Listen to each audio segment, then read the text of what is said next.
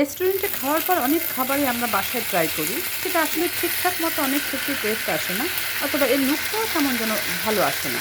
আসসালামু আলাইকুম সুপ্রিয় দর্শক, আজকে আমি শেয়ার করব সিজলিং রেসিপি।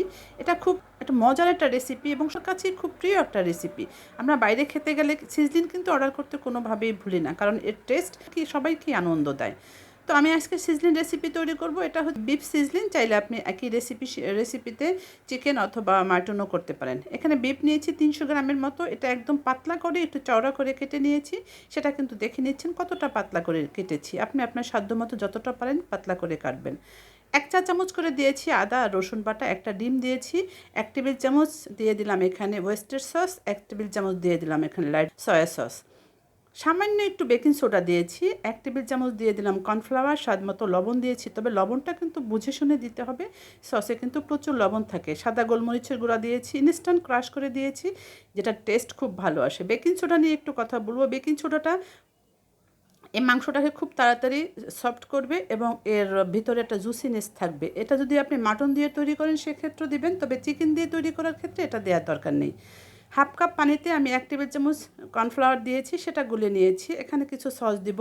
1 টেবিল চামচ দিয়ে দিলাম আবার সে ওয়েস্টার সস, দিয়ে দিলাম ডার্ক সয়া সস, আর এখানে এটা সুন্দরভাবে মিশিয়ে নেব। সুইট চিলি সস দিয়েছি 1 টেবিল চামচ, টমেটো কেচাপও দিয়েছি 1 টেবিল চামচ। এই মশলাগুলো মিশিয়ে একটা সাইডে রেখে দিব, যাতে রান্নার পরবর্তীতে খুব দ্রুত কাজে লাগাতে পারি। যেহেতু আমি ডিপ ফ্রাই করব, তাই পর্যাপ্ত পরিমাণে তেল দিয়েছি। আর এই মাংস 30 মিনিটের মতো ম্যারিনেট করে রেখেছি। এর বেশি ম্যারিনেট করার খুব একটা প্রয়োজন নেই। যেহেতু আমি এখানে বেকিং সোডা দিয়েছি, চাইলে আপনি ভিনেগার দিতে পারেন, লেবুর রস দিতে পারেন, টক দই দিতে পারেন, তবে বেকিং সোডা দিলে এর টেস্টটা বেশি ভালো আসে। একটা একটা করে মাংস এখানে আমি দিয়ে দিয়েছি। একসঙ্গে সবগুলো দিতে যাবেন না, সেক্ষেত্রে কিন্তু মাংসর কোটিনটা নষ্ট হয়ে যাবে।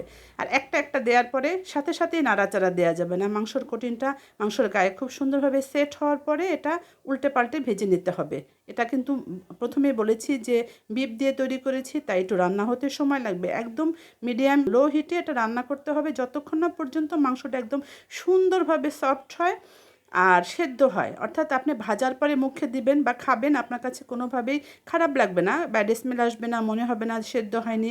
একদম পারফেক্টভাবে সেদ্ধ হয়েছে আর ভাজা হয়েছে এবং একটা মুচমুচে হয়েছে। ঠিক এইভাবে ভেজে নিতে হবে। আমি এটা ভেজে নিয়েছি 9.5 মিনিটের মতো। একদম পারফেক্টলি এটা ভাজা হয়েছে। পরের ব্যাচও কিন্তু একইভাবে একটা একটা করে দিয়েছি, তারপর এটা ভেজে তুলে নিয়েছি।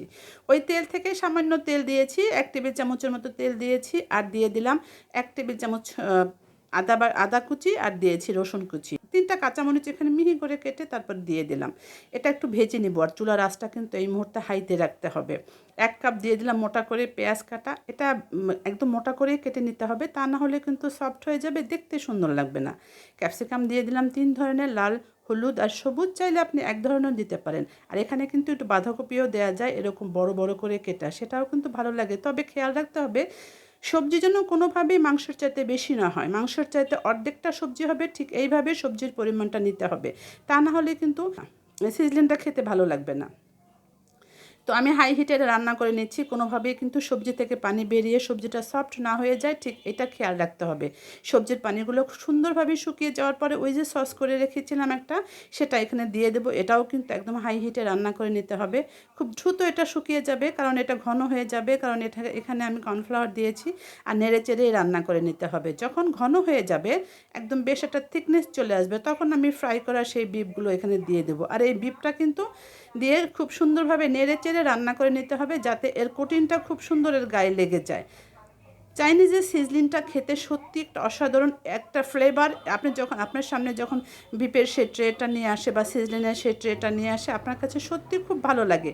ঠিক এই মুহূর্তে আমি সেরকম একটা ফ্লেভার পাচ্ছি, যেটা আমার কাছেও সেই একইভাবে একই একটা ফিল দিচ্ছে। আশা করছি আজকের রেসিপিটা আপনার কাছে ভালো লেগেছে। আর একই recipe please A to Z follow করে আপনারা বানাবেন। কোনোভাবে এখানে মশলা একটা কম দিলাম, একটা বেশি দিলাম, নিজের মতো দিলাম, সেক্ষেত্রে কিন্তু এই পারফেক্ট টেস্ট আর পারফেক্ট লুকটা আসবে না। সুন্দরভাবে রান্না করে নেড়েচেড়ে মিশিয়ে নিয়েছি। আর এখানে একটা ফ্রাই প্যান, এটা আমি আগে থেকে গরম করে নিয়েছি, একদম হাই হিটে গরম করে নিতে হবে। তাতে কিছু অনিয়ন রিং বসিয়ে দিয়েছি, তার উপরে কিন্তু আমি এই বিফটাও আস্তে আস্তে বসিয়ে দেব। এখানে যদি সরাসরি প্যানের উপরে বিপটা দেওয়া যায় তখন কিন্তু বিপটা খুব সহজেই লেগে যাবে, পোড়া হয়ে যাবে, সেটা খেতে ভালো লাগবে না। তাই এরকম যদি পেঁয়াজের উপরে দেওয়া যায় সেটা কিন্তু খুবই ভালো আসে, পেঁয়াজটাও খুব সুন্দর সফট হয়ে যায় আর সুন্দর খেতেও লাগে। সাইড দিয়ে আমি কিছু বাটার দিয়ে দিয়েছি, যার টেস্ট আরও বেশি আসবে। এই রেসিপিটা আপনি অবশ্যই একবার বাসায় ট্রাই করবেন। আর যদি আমার রেসিপিটা আপনাদের কাছে ভালো লাগে তাহলে প্লিজ আমার চ্যানেলটি সাবস্ক্রাইব করে দিবেন, পাশে থাকা বেল বাটনটিও প্রেস করে রাখবেন, আর ভিডিওতে একটি লাইক দিতেও ভুলবেন না। সবাই ভালো থাকবেন, সবাই সুস্থ থাকবেন, সবার জন্য দোয়া রইল। আমার জন্য প্লিজ দোয়া করবেন। আবার চলে আসবো নতুন একটা রেসিপি নিয়ে, সেই পর্যন্ত আল্লাহ হাফেজ।